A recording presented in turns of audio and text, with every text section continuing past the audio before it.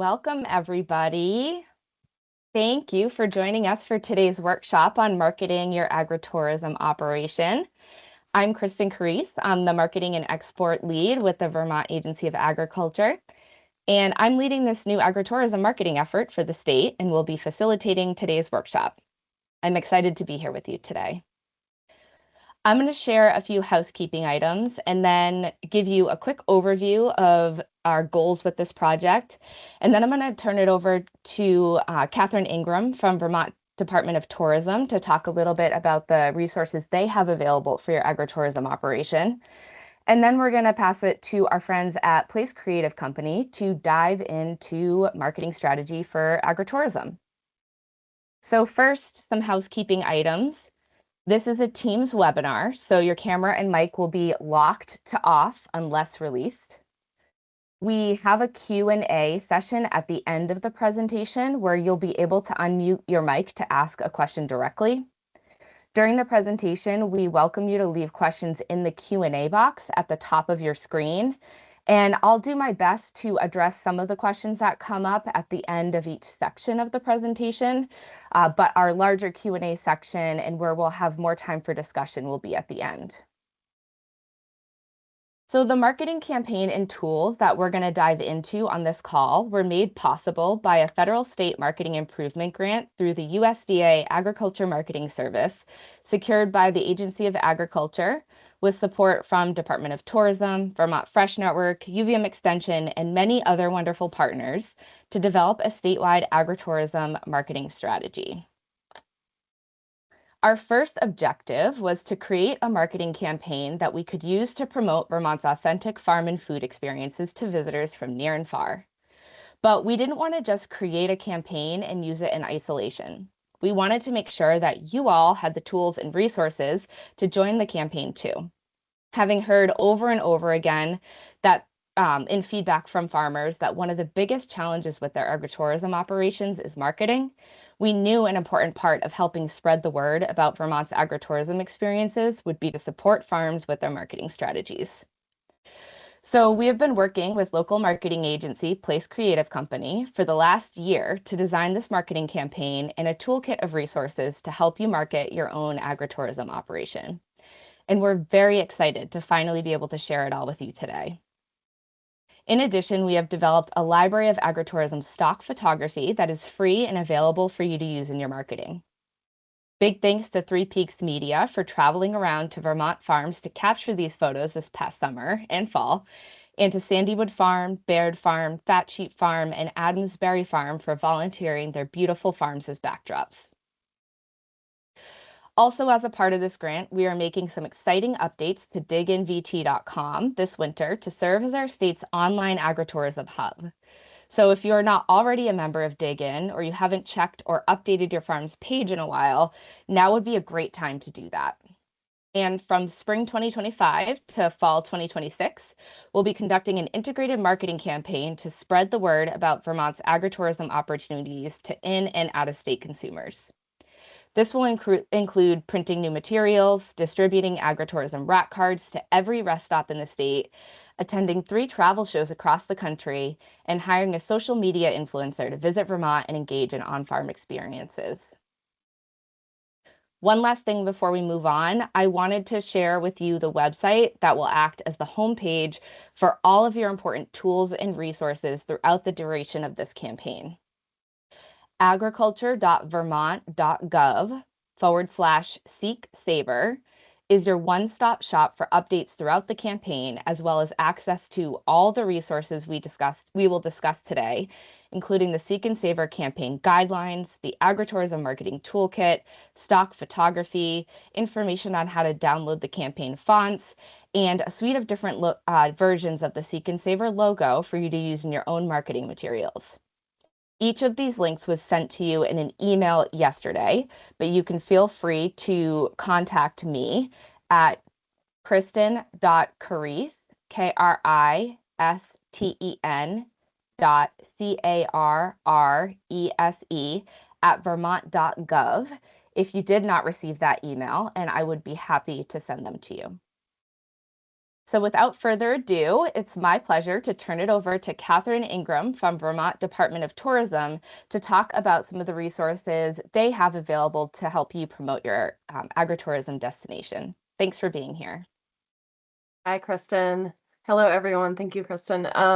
So I am the Trade and Partner Relations Manager for the Vermont Department of Tourism and Marketing, and our job at VDTM is to market the state of Vermont out of state. So we don't do any marketing in state. It's all focused to out of state, the surrounding New England, and much beyond, as well as international. A couple of resources that we have for you all. We have a trip planning directory, which you can access by going to plan.vermontvacation.com. And you want to make sure that you have your business or your agritourism business on that trip planning directory. We reference it a lot when we're talking with people who are interested in visiting the state, and it's the largest searchable database of everything in Vermont: lodging, dining, attractions, recreation, shopping, and agritourism sites as well. It's free for a basic listing, so you do not have to pay anything. All you have to do is set up an account. The directions to do that are fairly simple, but if you are not understanding them or can't find them, you can email me. I'll give you my email address first and foremost. It's Catherine.Ingram, and that's spelled KATHARINE .ingram at vermont.gov. And I can help you out with getting those on. We also have, in addition to the directory, we have a statewide events calendar. And this calendar has, everything on it that we can, it has as much on it as people will put on it. So that's a really great way also to get your information out there. We use that. It's linked sometimes to our website in terms of like when we're talking about something, especially if there's some social media posts that we do, we can link directly to the event there on the events calendar. And then we also have our website, which is vermontvacation.com. And we have lots and lots of information on there from agritourism, farm stays, maple, all the good stuff. I also, in part of my job, I bring influencers to the state. So if you have an experience that you can offer at your business that's either, it does not have to be a place to stay, but it could be, a yoga class or a time to come through and see, have a farm tour, or when the baby goats are being born, come and check them out. If you have something that you feel could potentially fit with an influencer visit, even if it's not the right season right now, please email me and let me know what it is. And what you're interested in, the type of person that you would want to be promoting this. I would say to please make sure that you would be ready for an increase in visitors. If that happens, it's hard for us to know, as it is normally for social media, like how things are going to hit, when they're going to hit, and all that kind of stuff. So there are some times where people are like not ready for it, but generally it's usually a really good boost. We've had some great influencers come through the state, and I love making really fun, interesting itineraries for them, and working with partners is a huge great part of my job. So please, if you have something that you want to have an influencer come to your farm, to come to your establishment, to have that experience, it's part of our marketing, that we do of the state. So there's that. And then also images. If you've got some great images that you want to share with the department, we always are looking for more images. It helps us to talk about Vermont and talk about more specifically different businesses and events through social media and also through our website. So any questions, please feel free to email me, and I'm going to hand it back to Kristen. Thank you.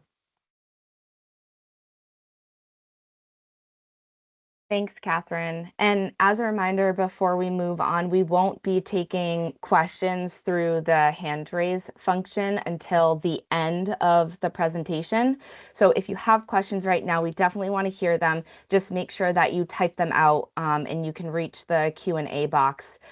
There's a little kind of Q&A icon at the top of the team screen. So I'm going to pass it over to our friends at Place Creative.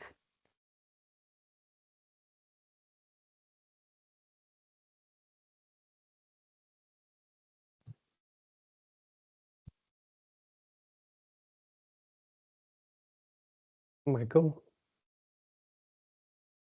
you're on mute. Hi, everybody. My name is Michael Adams from Place Creative. I am a senior brand strategist and media director here. I've been here about 8 years. I have a pretty solid background in consumer packaged goods. I used to own a mustard company in a previous life, which is, a Q&A in its own right. But we're really excited to be here and share what's been developed over the past year or so. And I'll pass it over to Aaron. Hi, everyone. I'm Erin Gilmer. I'm the Director of Account Services at Place Creative. Been here for about 6 years now. I've been doing this for 24 plus years in the marketing and advertising industry, and worked with a lot of different brands and more recently with a lot of local Vermont agencies and brands. And we had a great time creating these assets and this toolkit for you all, and look forward to diving in. So I'll pass it over to Brett now. Hi, everybody. My name is Brett Murray. I'm a senior art director here at Place. I've been at Place for, I think I'm going on 4 years now, but in the industry for several decades, which is crazy to think about. But yeah, I bring the ideas to life. So excited to show the stuff that we've been working on. And I can bring up Seek and Savor. Can everybody see that? Yep. Yes.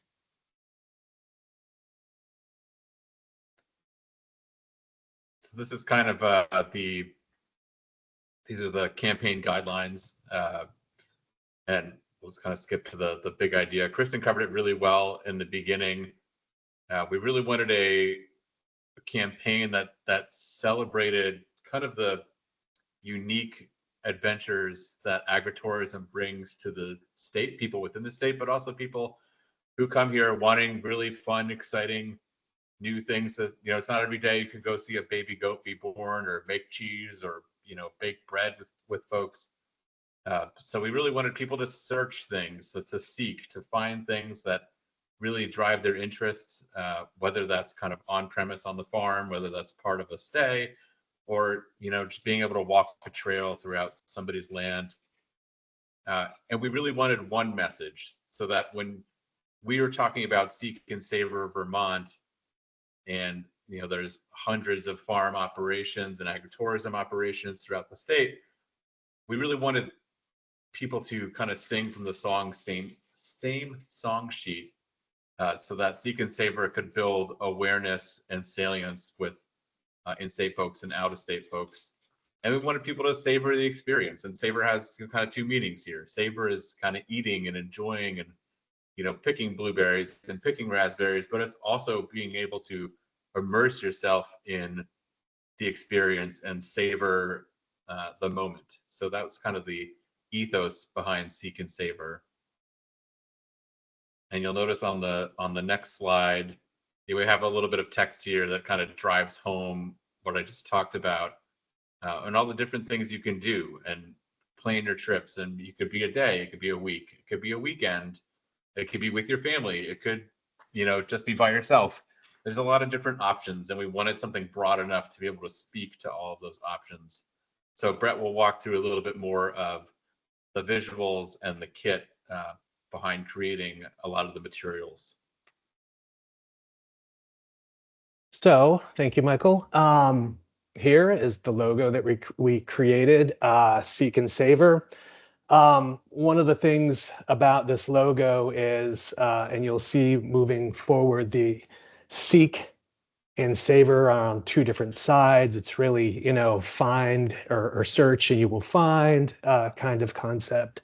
So yeah, here's the logo that we created.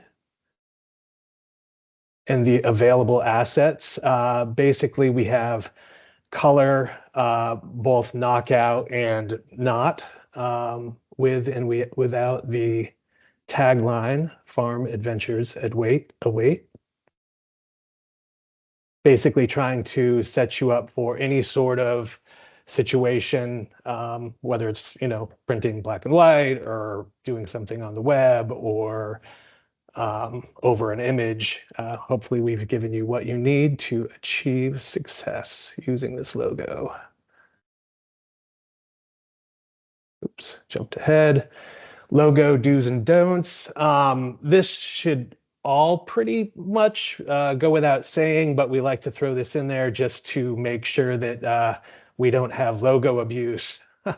So the logo was, created for visual identity and recognition, and we don't want to do things like stretch it or change colors or put it over a background that you can't see or change the orientation or switch things up. The logo was created to basically represent the campaign and for being recognized.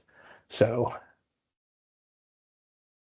typography, here are the fonts we used throughout. The logo fonts, I can't imagine there's going to be a whole lot of use for those. Those are pretty logo specific, but those are what they are should you need them. The supporting fonts, we wanted to keep this pretty basic just so it would be something that anybody and everybody has. Helvetica was what we chose, Arial as a substitute, and those are system fonts. So like I said, everybody should have those. Primary colors, or all colors, the green and gold that were used in creating the logo, secondary colors that work well with the green and gold to use at your discretion. Photography. I'm going to read this little blurb. These are examples of partners' social posts. These images tell stories. One image can convey many messages, many feelings, and emotions. Seek and Savor Vermont uses photos to support the general concept of find and enjoy, showing real people doing work, having fun, relaxing, engaging in community, in nature, with animals, and of course, Vermont. Use your own use your own photos to tell your story. And like I said, these are photos of partners and people that that are using them. So you might recognize some people up here. And we thought they did a great job of showing people doing the things that we do with agritourism in real life. So. Next, we're getting into templates. We've created a series of templates for Seek and Savor for you to use should you have the need to do so. There are 2 versions of each, as you can see indicated by the 2 different shades of gray. One is the dual image to reinforce Seek and Savor. The other option is just a single image, just because sometimes you don't have 2 images, but we really hope to use the split screen just to reinforce the message of Seek and Savor. I'll walk through these quickly. We're going to talk about these a little later on, again, in a different section, but I'll just touch on these. We have publication. These were made for 7 days. And the reason being is we decided one of the bigger publications in Vermont. I know not everybody would have the need to advertise in 7 days, but we wanted to give both a horizontal and vertical option, and with the thought that it could be adjusted for whatever your specific need is. So here is a horizontal publication advertisement and vertical. And what you can see here is you got a place for your logo and whatever copy you might want to put in for whatever you're promoting, and the Seek and Savor brand or campaign headline. And also what you're seeing on the Right side of the screen is just an example of what it might look like with my fictitious Vermont orchard brand assets. Here's a poster, 1117. Social media posts. More social media posts. And that brings us to the end.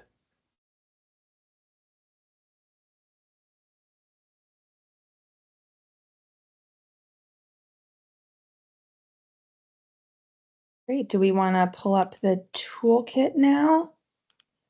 Are you driving, Brett? I can.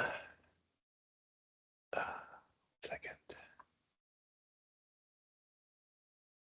Yeah, so while Brett's pulling that up, I will just kind of queue up the toolkit. So we're shifting here from the campaign guidelines, which were developed. If you're going to use this overall campaign, there's options and opportunities in the toolkit to use also some more generic or blank templates from Canva. So Brett's going to walk you through those examples. But as we get into this toolkit, just know that since time is a little bit limited, we're going to deep dive in some sections and maybe breeze through a few other sections that really walk you through all the steps. So almost using this as your go-to guide as you start to develop and build out your marketing channels and your marketing assets. We'll dive into the things that we think might need a little bit more explanation, might be a little bit more relevant and timely for you, and a little bit less straightforward. So if you want to go to the next slide, Brett, we're going to focus mainly on the first three sections. So defining key audiences and messages, making social media work for you, and then this Canva overview. So again, you'll see some generic templates and then the Seek and Savor templates that Brett just really quickly walked you through. All of those templates are hyperlinked in these documents, so you can click on the links to go to Canva and to use these templates. And again, we'll walk you through that. And then we'll probably go pretty quickly through the last four sections of developing a newsletter, writing a press release, optimizing your Google business profile, and then where to advertise. A lot of that stuff is very straightforward, and you can really read through it and step by step get a really good guide of how to approach those things. But we will touch on them very briefly at the end of this presentation and before the Q&A. So with that said, I'm going to hand it over to Michael to walk us through key audiences and messages, and we'll walk you through that now. All right. So one of the biggest first steps when you're building out a marketing plan is trying to understand who you're marketing to and defining that person. And a lot of people say, I want to market to everybody. Well, unfortunately, when you're marketing to everybody, you're marketing to no one because the message is going in front of so many people that you're not focusing on the folks who you really want to hear your message. So we call these kind of the technical term is ideal customer profile. And this is things like age, gender, family status, income level, level of education, but it also dives into the psychographics. What are they interested in? What do they want to do? Do they love farms? Do they know that they can visit farms? And how do they behave? It sounds like a strange question, but like, how are they engaging with their business?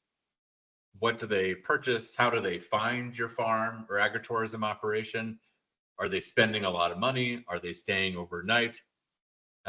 And really use defining this audience as a foundation for everything else moving forward. So you may say, my audience is Rachel. She's 45, she's married and has 2 kids. And they're looking for fun farm stays that engage their children in farming activities. I think about Fat Sheep Farm. Like you could stay there over the weekend and participate in some of the farm chores and activities there. And it's a really different experience, right? They're looking for things that are enriching for themselves. They're probably looking for a break, and things that are enriching for their children that they can go back to. In this example, they go back to Glastonbury, Connecticut, and tell people about and share their experience that they had in Vermont at one or two farms. This may seem like a silly exercise, but it'll really help you craft messaging and think about where you want to put that messaging, and reach those ideal audiences. The other thing that should be considered is you don't necessarily have to talk to this one person. If you have multiple aspects of your operation, you've got parts that focus on families, you've got parts that focus on double income, no kids, or you've got like evening events or whatnot. Those would require a little bit of an offshoot to think about what types of messaging each of those audiences would look like. So there is a little bit of flexibility, but once you nail that down, it'll help. And I honestly go look for a picture, right? Find your ideal customer, and what would, in this example, Jenna and Rob, what do they want to see? And that'll really help craft that messaging. And how do they even hear about you? Are they going to find you on Instagram? Are they going to find you on a Google search on vermontvacation.com? Think about what they are going to search and craft messaging around that. As it says on the bottom, how do they get their information? Are they scrolling for days on Instagram? Are they, going through every email newsletter that they get and seeing your event that's happening in 2 months? All of these little pieces serve to get in front of your ideal customer, regardless of kind of where they are. So it's not really a one-shot deal. It's a multiple shot ecosystem to say, I'm going to be in these 3 to 5 places that'll really help reach my ideal customer, but also reach them a couple times so that they're reminded about us. You always want to kind of be aware of when they think farms, they think your farm.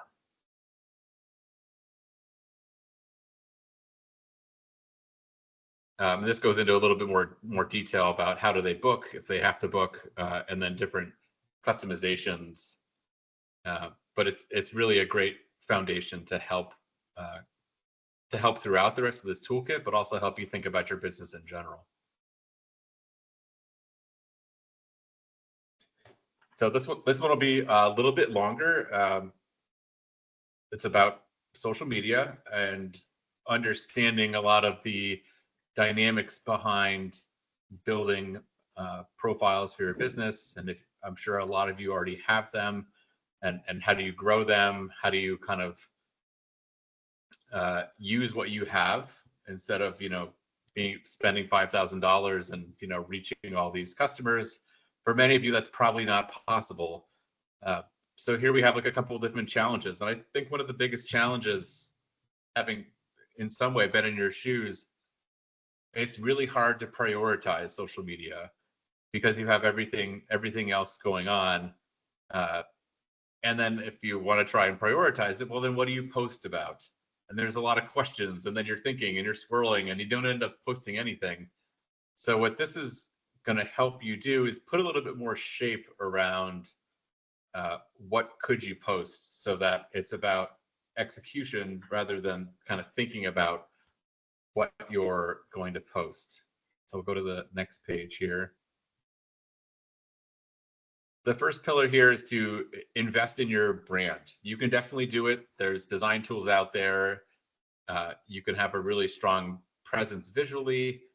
And you don't necessarily have to go out and hire us. A lot of people start from scratch, and their logos are really good, but really goes beyond a logo, because your farm is your brand, that experience. It just happens that you're putting your logo, your little stamp on that farm experience. So what do you stand for? What's your personality? Are you funny? Are you serious? Are you after, are you cause driven? What do you like about your farm? What do people who have visited like about your farm? Really get an idea of like, my brand should feel like blank, blank, blank, or I want people who leave my farm to feel blank, blank, blank. And a lot of times filling in those blanks helps, again, create a little bit of definition behind who you are, so that if you're funny, well, you're posting funny content. If you're personal and authentic, there's a one person account. I'm just going to give an example. A one person account down in central southern Vermont, who's a one woman baker, and she has 4 kids. She's a single mom, and she posts every single day on social media, just with her phone set up, baking bread or cinnamon rolls or whatnot. And she just engages with the camera, and she's kind of funny, but also like really authentic. I don't even know her. I've never had her stuff, but following her journey is really exciting. And that's ultimately what it's about, is how do you get a community built up around you that engages? And this woman, she has like a little bit under 3,000 followers, but she's still pushing, the consistency, and she's built her little community and a small little business.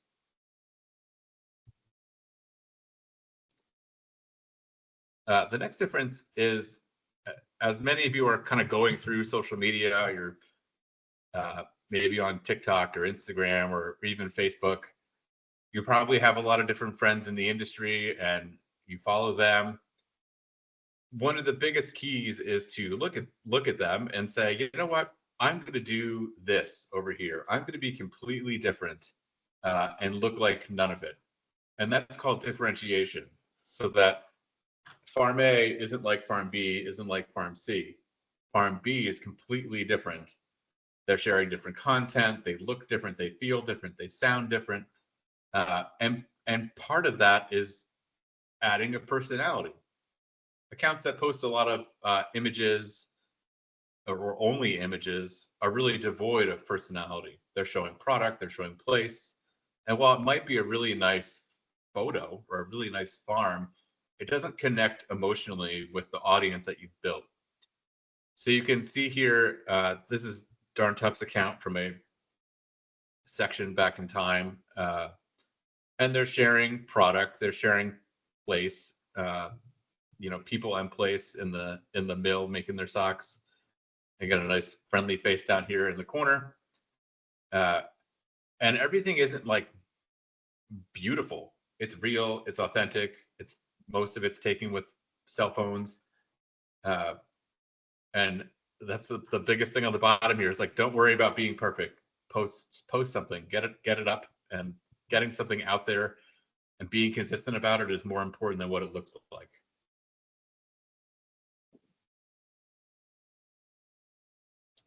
And then the last thing here is, again, it's people focused. There's people establish trust, they establish credibility, they create relationships. And they're also, as you know, people are really good storytellers. Tell those stories. Tell what happened this morning in the barn. Tell us what happened in your fields. Did something go wrong? Is the broccoli not coming in like it did last year?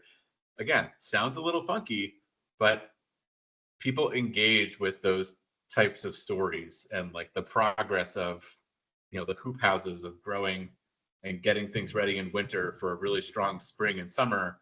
And that's kind of an interesting story to follow along. You're giving them a reason to lean in and like, what's going to happen next on, day 2? What's going to happen in month 3? Pulling followers along is also really important, and people play a huge part in engaging and pulling those people in to hear what they have to say.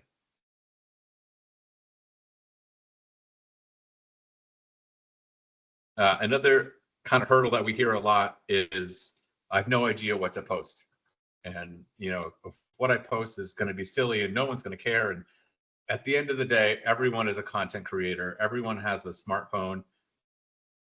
You could get a tripod, and if you want to talk, and then there you go, you're all set. And you can post an Instagram story about what happened in the afternoon or milking the cows at 3 o'clock in the morning. But what we like to do for folks when we talk about social media is create a couple of different buckets of content thought starters, so that here you're focusing on four different pillars: people, promise, process, and place. You can even add product if you wanted to. And people is, we've talked about, people love seeing people they can connect. Promise, what are you sharing? Why did you go into business? What is, making bread on the farm or cheese on the farm? What is that all about? Why do you make cheese the way you make cheese? Why do you use this? Why do you milk a certain type of cow? What does it do to the cheese? All these like different interesting pieces that are interesting to you and why you got into business are also interesting to people who follow along and they want to learn more. And show your process. How do you make something in the field and turn it into something else? How do you pick the strawberries to turn them into jam? How do you, make your pickles? A lot of the process-based videos are, while you're kind of scrolling through, are engaging. And what are you making? How do you make it? Share a recipe if you can for your mom's blueberry pie, for example. And then place. Farms are beautiful places, whether they're small or large, and showcasing different parts, different equipment, the sunsets, the sunrises, giving people an idea of where you are is also really important as well. So I hope these kind of shape some different thoughts about what you can post in the coming months.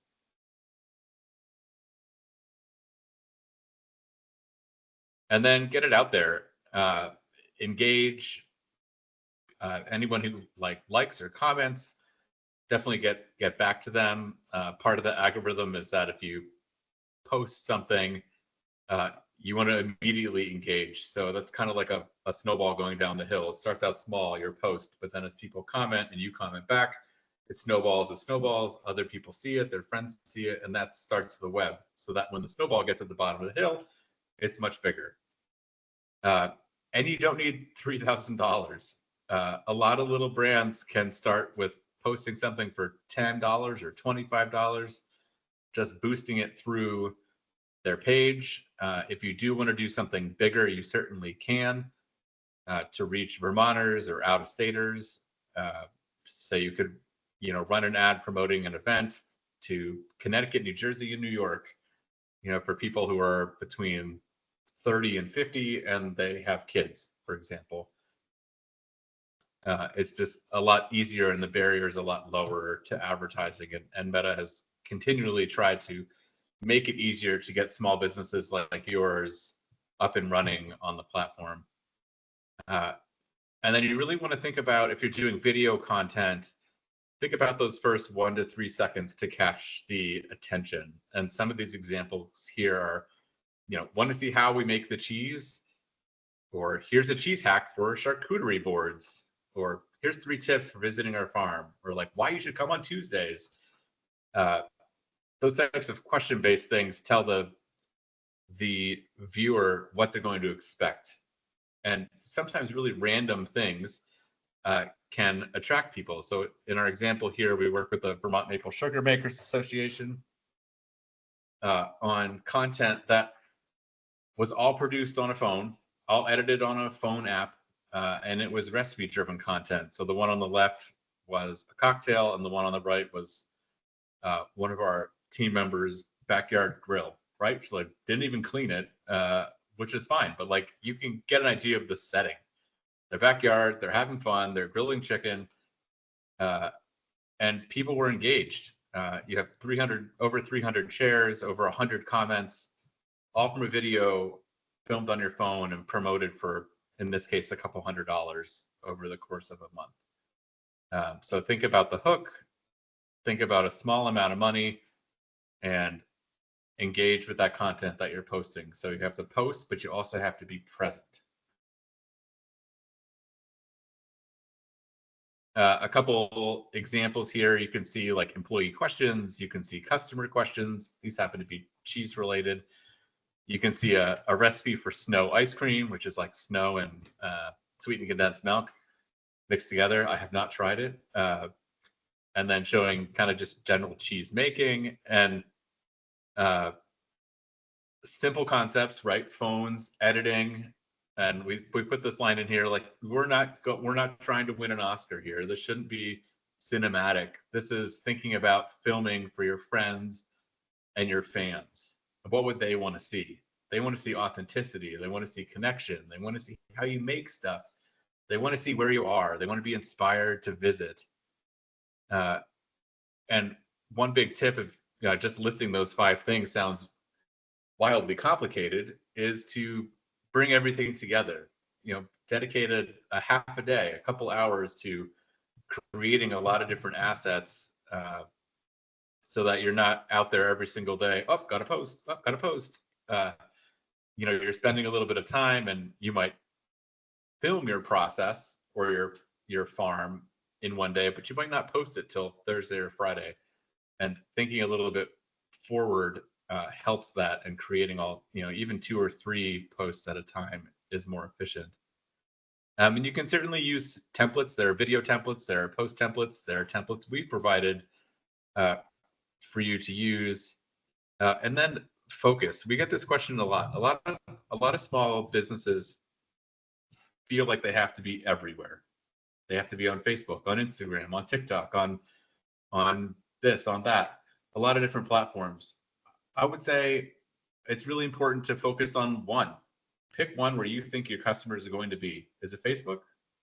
Put all your energy there. Is it Instagram? Put all your energy there. And that way you're not overwhelmed by like the giant social media landscape that we're experiencing right now. And most importantly, on the bottom, have fun. It's meant to be social. Engage with your audience, build a community, create cool stuff, and meet your fans. This is meant to be exciting. It's not meant to be, oh, I have to post on Tuesday. It's like, oh, I can't wait to share this with my fans and my followers. When you change that perspective, it makes social media a lot more fun and engaging for everybody.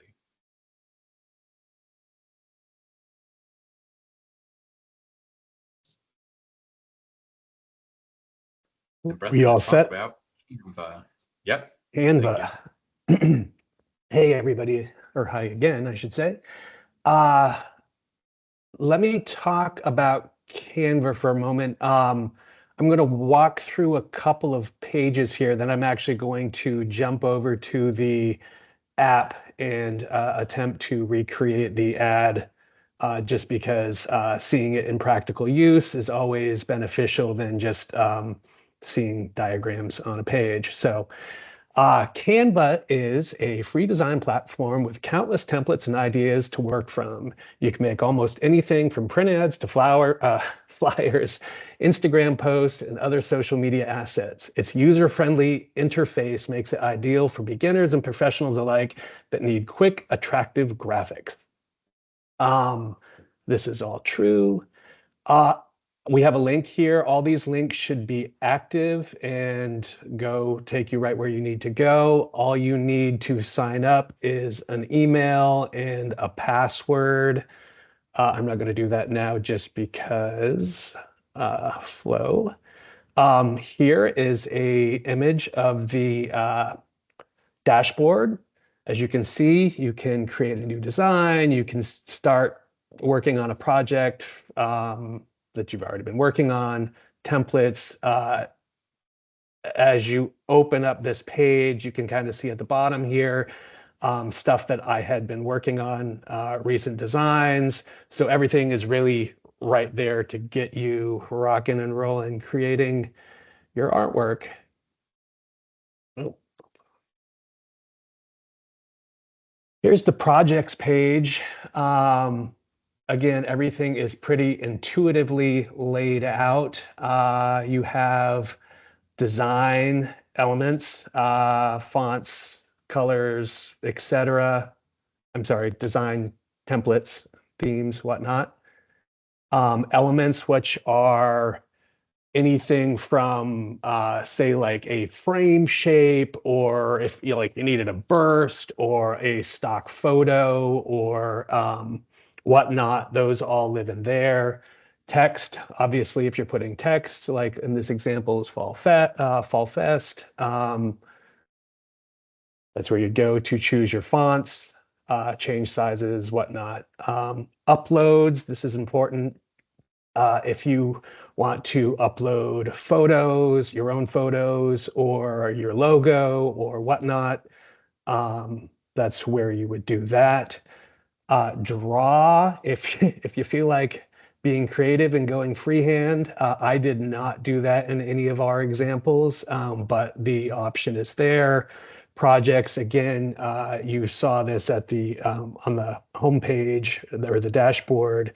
It's basically where you store your stuff, which is great because it's nice to keep all your projects organized for future use. And start creating.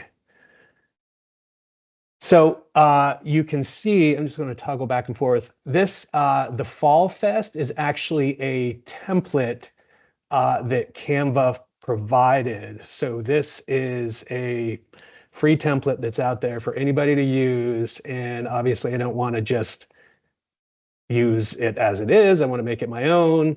So here, again, you'll recognize my Vermont Orchard, farm tours, and I customized it to make it work for my fictional needs here. The other thing I'm going to point out is export tools. Obviously, you create this thing, you want to use it. So in your upper right corner, there is a share button. And right below that is download. And this is all very intuitive and easy, and things are easy to find. So I don't think you'll have any problem with this. And then once you hit download, you have options, JPEG, which would be for web purposes, PNG also for online, social, web, basically anything screen related. And then if you were to do, say, a print flyer or a poster or something like that, then you would want to use a PDF, which is right below that. So all that stuff is readily available at your fingertips. And again, I just throw in managing files because it's just important to keep things neat and tidy to use on down the road. So I'm going to stop sharing for a moment and switch over to Canva if I can get there. And here we are. So this, I'm going to close out of this for a minute. Here's the dashboard as I showed before, and here's all the recent designs and things I've been working on, projects, templates, whatever you need, that you're going to find it here. And there's they have a really robust selection. Oh, I'll also say you can see right here, try the pro version of this for 14 days. All the stuff, I may have said this earlier, all the stuff that we did for this project was all done on the free version. They do offer a pay version. I believe it's $120 a year. It gives you access to more features and even more templates. We did not use that. So yes. So here is my Fall Fest ad. Going to get into my design mode here. So something to look at. And I'll go through this quickly, but I just wanted to give you an idea of what working in this stuff might look like.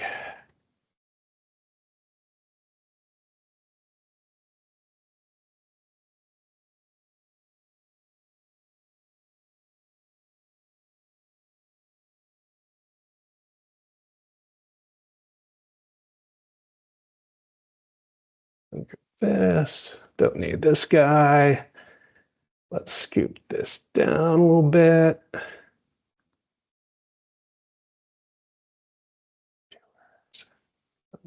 So it's almost as easy as just kind of using those those icons on the top, just like you would if you were in like a Word document or, some other platform that you're used to or that's really easy to use.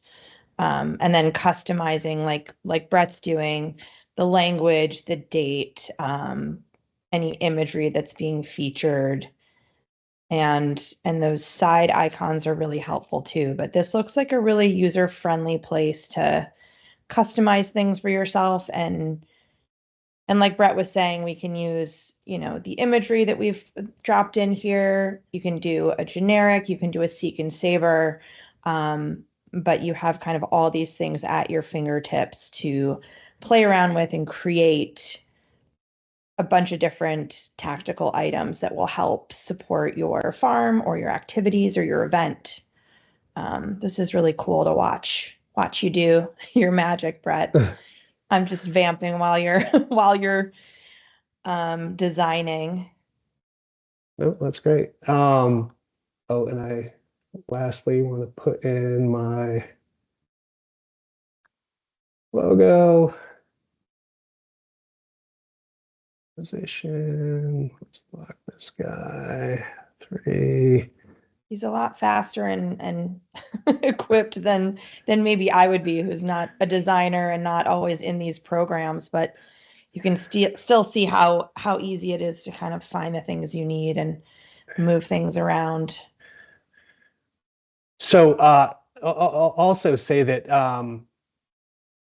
that I had no previous experience in Canva before we started this project, and it's really within minutes of signing in and just sort of figuring out the lay of the land, you can really get in there and start bringing stuff to life. So here's my Vermont Orchard Farm Tours Fall Fest 2025. You're all invited.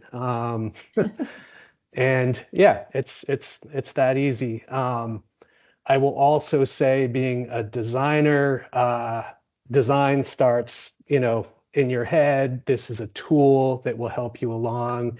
It's a very powerful tool. So yeah, I hope you have a lot of fun using it and find success.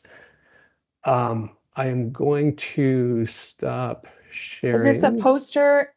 Was that like a poster size? That was a half, what would you call it? A kind of like a flyer size. It was half of a 8.5 by 11, so it was 8.5 by 5.5. Let me get back to the presentation. Bear with me. There we go. So the other thing that I'll mention is there is robust information about Canva, it being a free service. A lot of people jumped in and use it and create content on how to use it, and they'll make their own templates and whatnot. So we have provided some links here. If you get stuck, that you can go in and easily get unstuck. But if you just, Google anything Canva related, you're probably going to find more information than you need. And what I found, again, not having done this before, it was all like really helpful information, like, layman's terms to get you on your way. So moving on, and this will look familiar, Seek and Savor Canva templates. We have provided all these Seek and Savor templates that we showed you in the campaign guidelines as working Canva files. So right here are the links. You just click on them, and once you have signed into your Canva account, you can access these templates, and they are templates. So once you click on those, you're now working on your version of that. You don't have to worry about like disrupting anything that's that other people might be using. It's all localized. But as we showed you from the campaign guidelines, we've got a poster, 8.5, or I'm sorry, 1117 poster, both dual image and single image, both horizontal and vertical publication ads, social media posts.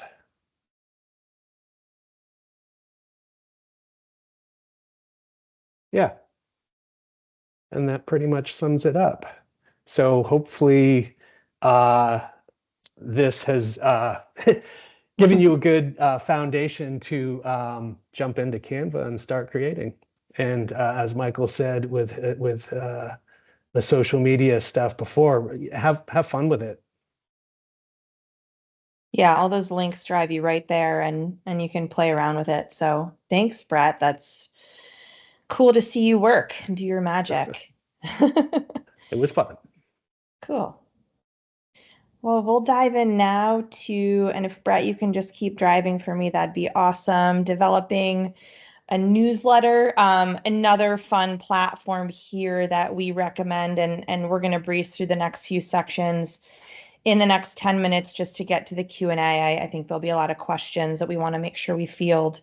But for your email newsletters, we recommend using MailChimp. It's a very common platform. It's free for up to 2,000 subscribers with limited features, so it's an easy to use tool.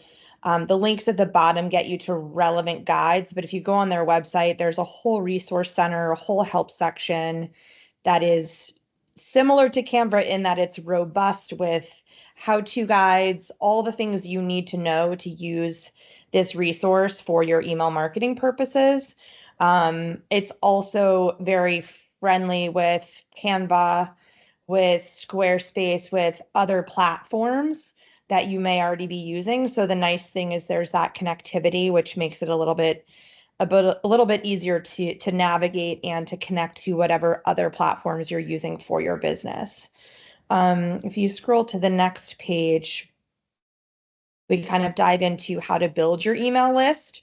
The website sign up form is probably your primary place where people are going to actively raise their hand asking you for information about your operation, your farm, your event, your business. Consider how you do that when you go to other people's websites, right? So there are privacy policies, and you want people to opt in by clicking the box and making sure that those policies exist on your end, that you're not sharing email addresses, et cetera, making sure it's all kind of kosher in how that's being done. Just like when you buy a certain product off a website and it asks you to opt in or opt out of their email newsletter, there are policies behind that checkbox that should exist on your website just to ensure you're doing it, in the right way. Another place to promote is through social media. So obviously you can promote your email newsletter there, post a reminder to sign up.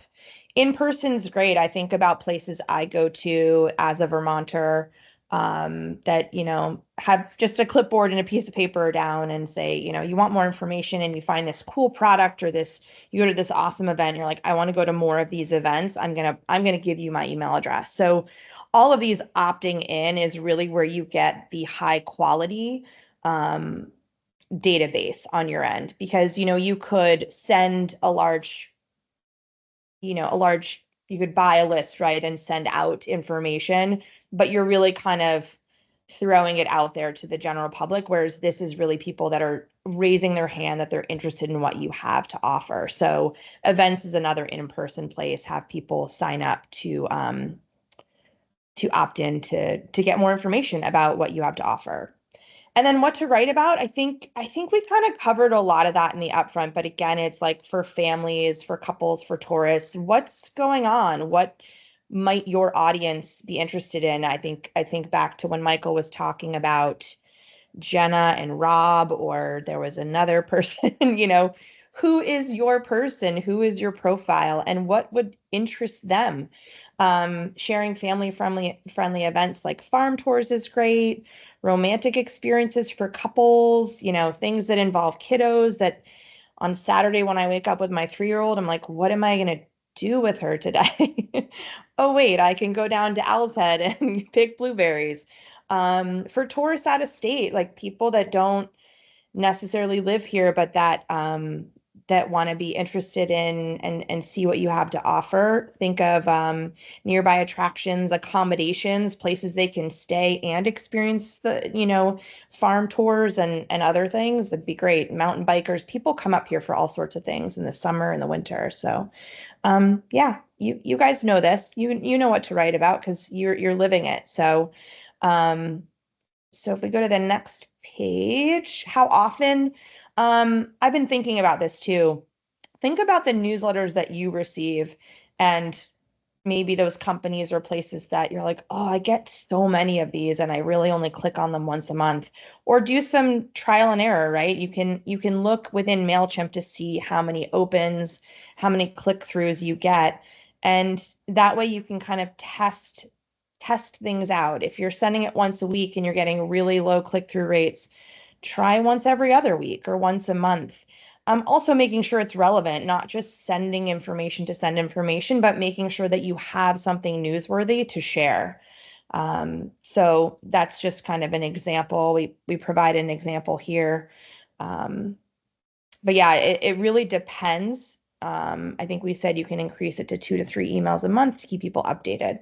So yeah, test and learn, see what you're doing now versus what might work once you looked into your metrics on the back end of the MailChimp platform.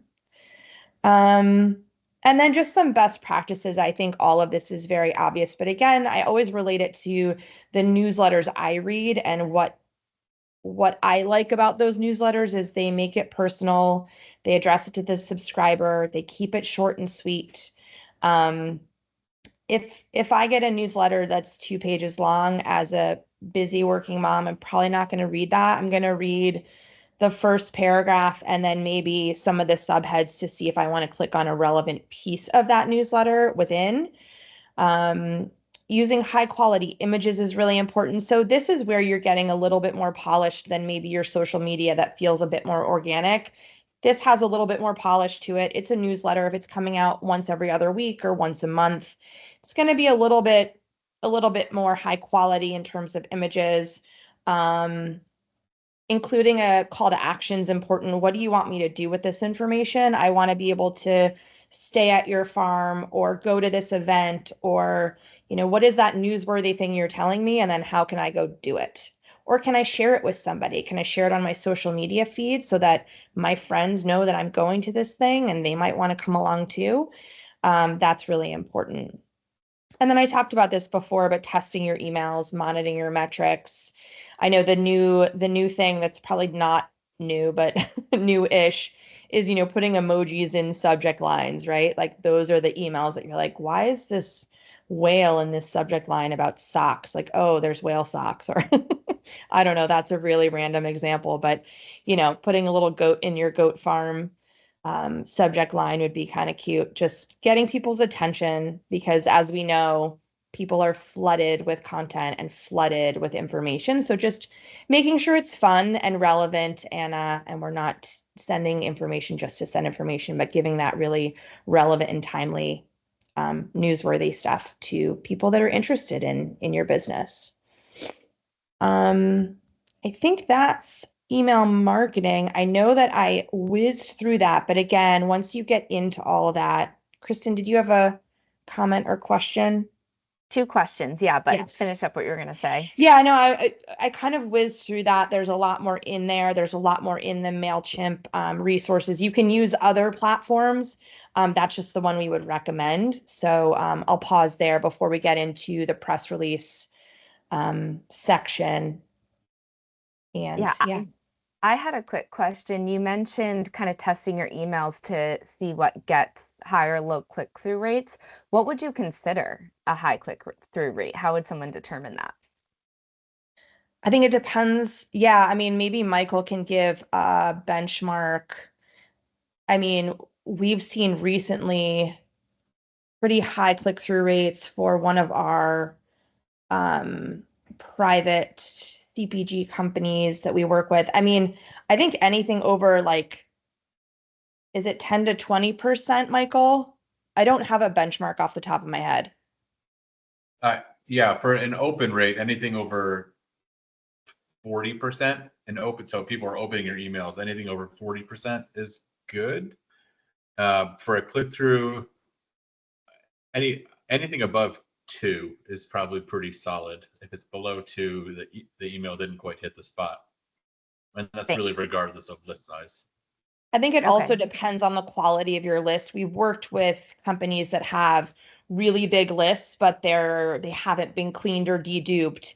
I think that's kind of what I was talking to you about, is like the hand raisers. If you have a small list, but it's a lot of hand raisers and people that are really interested, you'd expect a higher open and a higher click through than maybe if you have a broader database that doesn't have as high quality kind of leads in it. So those are general benchmarks, but it really depends. And it's like what you've seen in the past versus maybe what you're going to do in the future.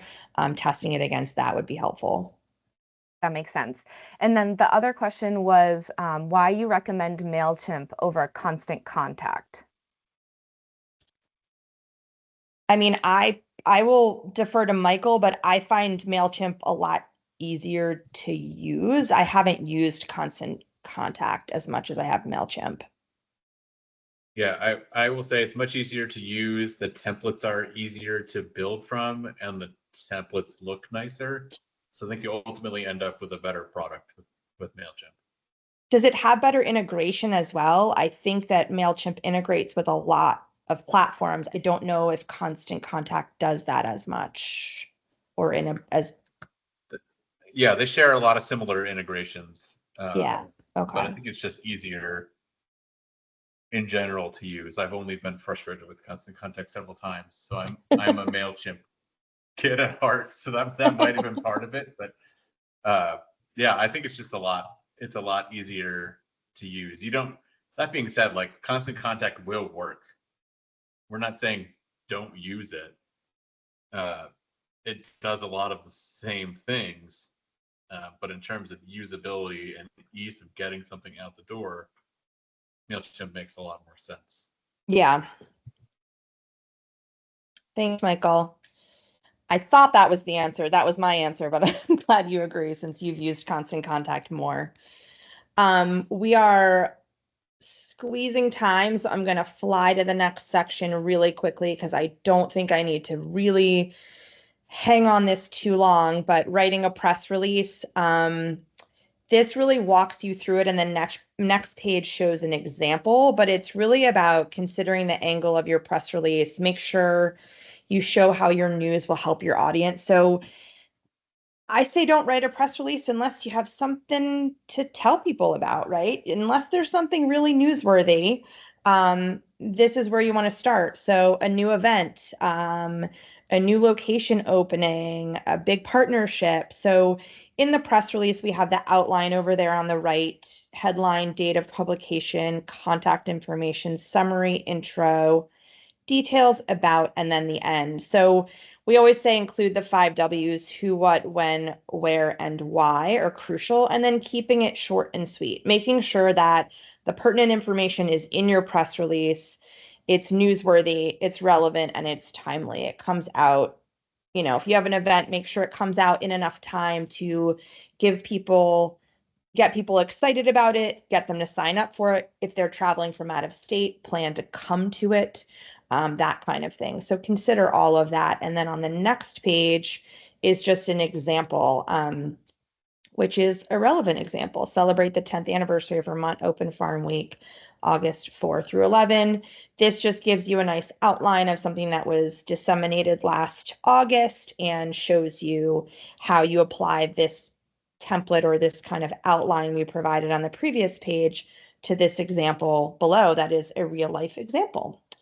Again, I'm not going to go into it, but it's pretty straightforward, and these 2 pages should guide you through how to write a press release. And then I think as we get into further sections, you'll know where to send them and how to get them on the wire. So I will hand it over to Michael to dive in really quickly since we're over time on our sections for the next two sections before we get to the Q&A. Thanks, Aaron. Final lap. I can do this quickly, I think. Optimizing your Google business profile. A Google business profile is basically how you register your business with Google. And if you search for anything locally, from like lunch to pants to farms, you'll see something come up on the right with kind of a little bit of a profile. There's some photos, there's contact information, there's map directions, there's Google reviews. That is a Google business profile. And they're really important because when you're searching locally or location-based search, you need to be on those listings to show up as an option. So you'll show up alongside, other farms or other operations. But if you're the closest one, you usually get that little box on the right of Google that will bring up your full Google business profile. So there are a couple different types and how they show up at the bottom of the page here, but I won't go over all of them. The biggest part here is to get reviews and make sure you fill out everything on your profile on the next page, Brett, please. That's what it looks like.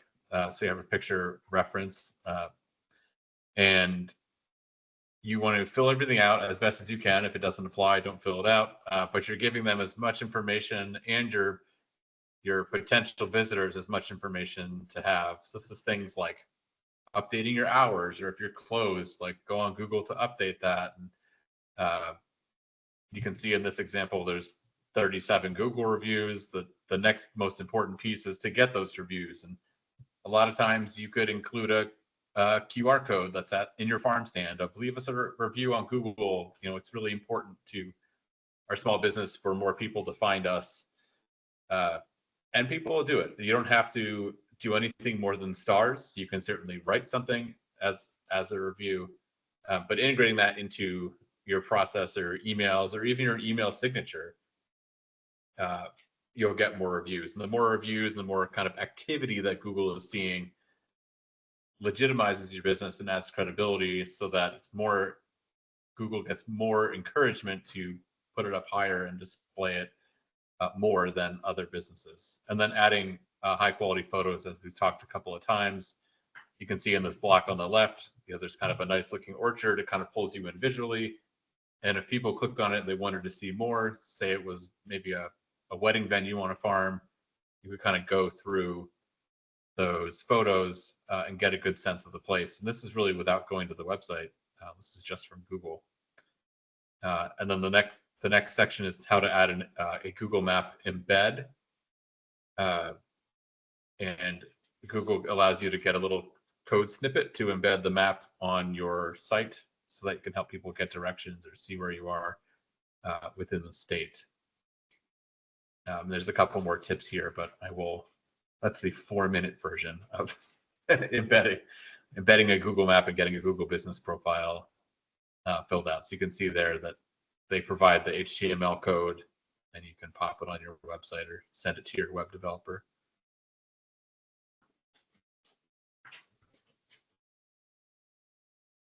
And then our last section, which I will breeze through, is just a bunch of opportunities to advertise and places that you might not have thought of to advertise events or hours or seasonal things. So we've got Facebook ads and Instagram ads. We've talked about those a little bit.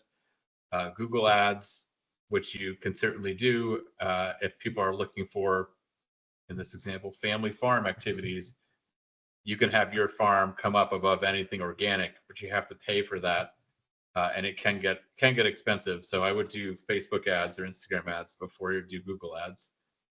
And then there's stuff like TripAdvisor or Airbnb. If it's very experience-based, getting profiles up there. Again, getting reviews on TripAdvisor is also important because reviews are a marker to them that people love having that experience, and you'll get higher and higher on the TripAdvisor search page. And you've got Yelp as well, does a similar thing. A couple different options here. Eventbrite for events and ticketing, if that is something you do. Google My Business is the same thing as a Google business profile, because they want to confuse you. Advertising on Pinterest and other tourism websites like Vermont Vacation and Front Porch Forum. If it's like super local, you can run an ad there as well, just to your town if you want to, or town or county. Great way to reach out there. Not too terribly expensive, but gets at a kind of a nice, a little older, higher income audience. And then you've got traditional stuff. You can advertise in the newspaper. You can run a radio ad, put up flyers and posters in the grocery store or the general store, and kind of buy a small ad in a tourism brochure as an example. I'm sure you can work with Catherine on that as well. And then you've got things like farmers markets and visitor centers, like the rest areas on 91 and 89. Bed and breakfasts. The Chamber of Commerce is working locally. A lot of this is kind of network building to get your name out too, going to their events, not necessarily advertising. And then direct mail. You can get lists from the Postal Service of people like in your county or in your town, and mail a little postcard to them as well. That may sound very antiquated, but think about the amount of hard mail, physical mail that you get compared to the number of emails that you get. So there's much less noise in a mailbox. So something that could be fun to send out for one of your activities. And I believe concludes the marketing toolkit for us. So we have a few minutes left for any questions. I'm not sure what we got, Kristen.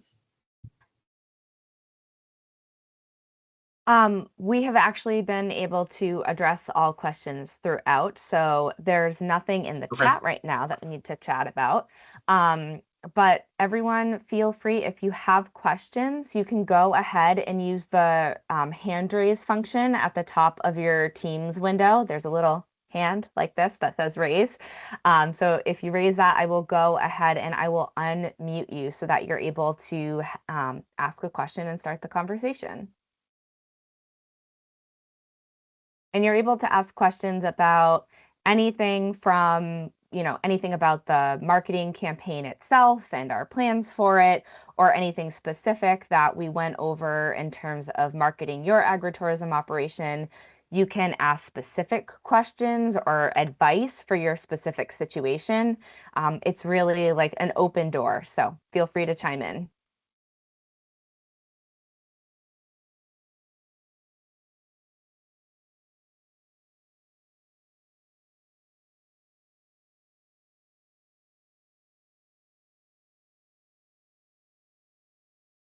All right, Kim, I see your hand. And I am allowing your mic. So you should be able to ask your question. You might need to still unmute yourself, Kim, but I did allow you to do that.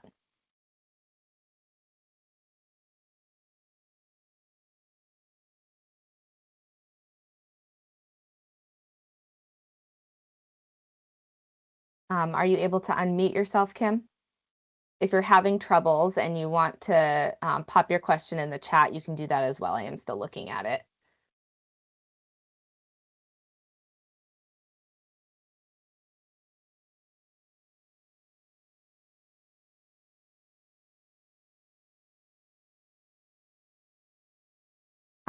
If you are trying to unmute yourself, there should be in the corner of the little box where you see your initials.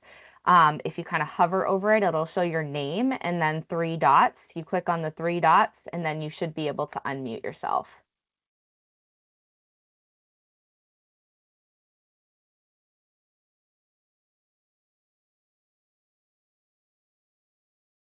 All right, while we're waiting for any questions to, okay, Hillary also has a question.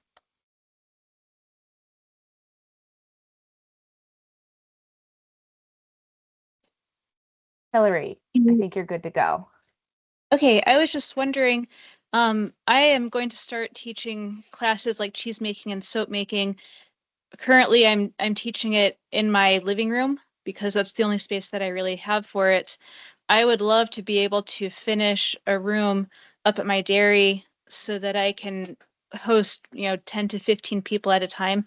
I can't afford it though. Do you know if the state is going to be supplying any grant money for agritourism, like to finish up a space for holding classes? There are no agritourism specific grants on the horizon right now. That's something that, we would love to do at some point.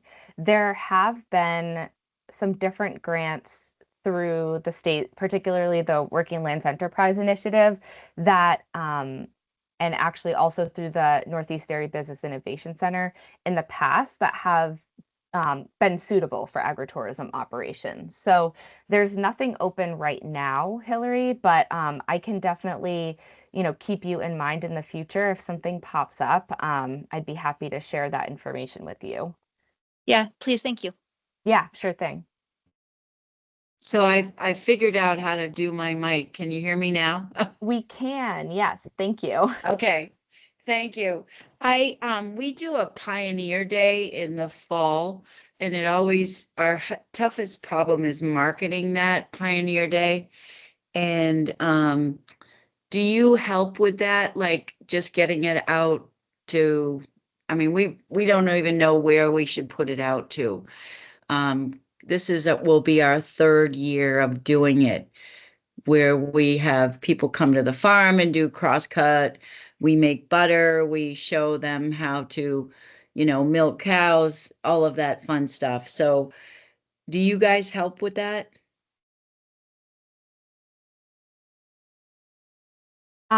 If do you mean the state specifically? Is that what you're asking about? Well, or just, do we have to put it in our own newspaper ads, or do you put anything up for the event in a calendar? I mean, I saw the calendar stuff. But other than that, we pretty much put it on Facebook and things like that. But do you have any other products that go out to make sure we get it on the calendar soon enough so that it will show up in the fall? Yeah, definitely. I think your best bet for that would be vermontvacation.com, which Catherine from Vermont Tourism talked about at the beginning. So there you can create a listing for your business, and then you can also create events, which will get on their calendar. So Yeah, that's a really great I'm option as I'm well. sorry. I lost you guys because of an internet problem during that presentation part. Oh, no So problem. I will go back. Yeah, I'll go back. Is there a way to go back, and do you gonna provide this video, the video portion at some point? Yeah, at some point we will. I think we'll probably share the recording once all the workshops are over, so in a month or Okay. so. But so you will have access to a recording. The toolkit that I sent to you yesterday via email, and you can let me know if you need another copy. That also has this checklist that Erin just went over with all the different kind of places to advertise for agritourism. And then there's also Okay. some information in there about vermontvacation.com as well. So Yeah. that toolkit will have everything you need. Yes, I downloaded it. Thank you Excellent. very Yeah. And then much. one last place is diginvermont.com, which is one of the places we're going to be pointing to promote agritourism once we kind of start doing that consumer facing part of the campaign. So you do have to be a member to be promoted on diginvermont.com or be a member of a producer association that's associated with them. But there's more information on the website. It's diginvt.com. That's a really great place to promote agritourism experiences. And then they also send out a regular newsletter that has a pretty good list of folks who are interested in, farm and food experiences in Vermont. Great. And last year we had someone from Texas Contacts from Texas A&M, and they came to the farm this year out of the blue. I mean, the woman, we didn't think they would end up showing up because we were such a small farm, with only 300 milkers, but they ended up coming, and we really enjoyed just talking about the differences between Vermont and Texas and organic and non-organic. So, I mean, I don't know how those opportunities ever arise. Do they contact you guys in things like that? Or, I mean, they sent us an email out of the blue, and I don't know how they got a hold of us. But do you I'm ever not get, sure either. No, that wouldn't have been through us, but that's great that that okay, happened. I'm glad. Yeah. yeah, All right. I'm going okay, to move on to Leah. Thank thanks. you so much for your question, Kim. Appreciate it. Thank you. All right, Leah, I've allowed your mic, so you might need to unmute yourself. Yep, I think I did that. Thanks so Yep. much, everyone. We're a small maple farm in Pulteney, Vermont, and I just wanted to thank everyone for all the great tips on the marketing content and templates and resources and everything. Wanted to see if any of our experts had any specific tips on getting more followers for our farm on Instagram or Facebook or any of the other social media platforms. It's a great question. Place can jump in. Sure. I would say two things. The first is engagement and thinking about what is going to go kind of beyond your organic page, because the more people interact with something, the more signals you're giving towards Facebook and Instagram that this is a piece of shareable, entertaining content, and the more eyeballs it gets.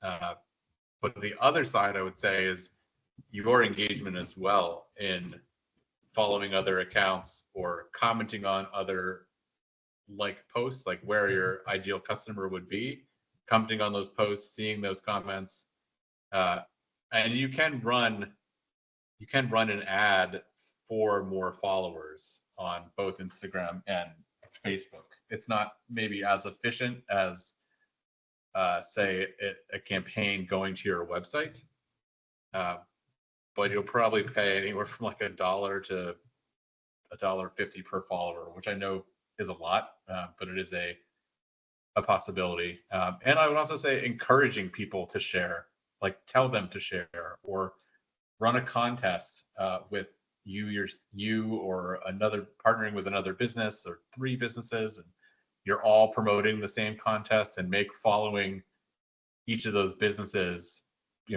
part of entering to win, so that you're collectively increasing your followers for all 3 businesses. And it's kind of a fun little giveaway. People will share it and go check it out. So those are kind of a couple different quick ways to increase followers, but also understanding that it's not an overnight thing. It's a marathon, not a sprint. Right. Excellent. Thank you, Michael. All right, I'm going to move on to Meg's final question. Meg, I've allowed your mic, so you need to unmute. Hi, thank you for this presentation. Quick question for Michael, because I know we're running out of time. You were talking about newsletter platforms, and I was wondering, I'm stuck in Constant Contact at the moment, but thinking about switching to Klaviyo. Have you had experience with that platform? Yes, we have one client on Klaviyo. I would say if you can afford it, it's awesome, because you make a computer do a lot of the work. You can send one-off emails. You can send kind of a drip sequence of like somebody just bought, I'll choose an example because I don't know what you sell, but somebody just bought cheese or flowers, then you can follow up with them automatically if you build that sequence. You can do that in other platforms, but it is just painfully easy in Klaviyo. But I'd say it's a good move for you if you have a large list. If you have a smaller list, I would stick with a smaller email marketing platform. Okay, thank you. Yep. Thanks, Michael. Excellent. Well, it's 11:31, so it's time to wrap up. But I really appreciate you all taking the time to be here with us today, and hope you're excited about our new agritourism marketing campaign for the state. We're here for you as a resource. I know that there is a couple of questions in the chat that we weren't able to get to, but I will try and follow up with you about those via email. But as I mentioned at the beginning, we'll be working really closely on this campaign for the next year and a half and really want you to be involved and really want to support you and driving more customers to your business. So you can feel free to reach out to me at any point. Again, my email is kristen.carrese@vermont.gov.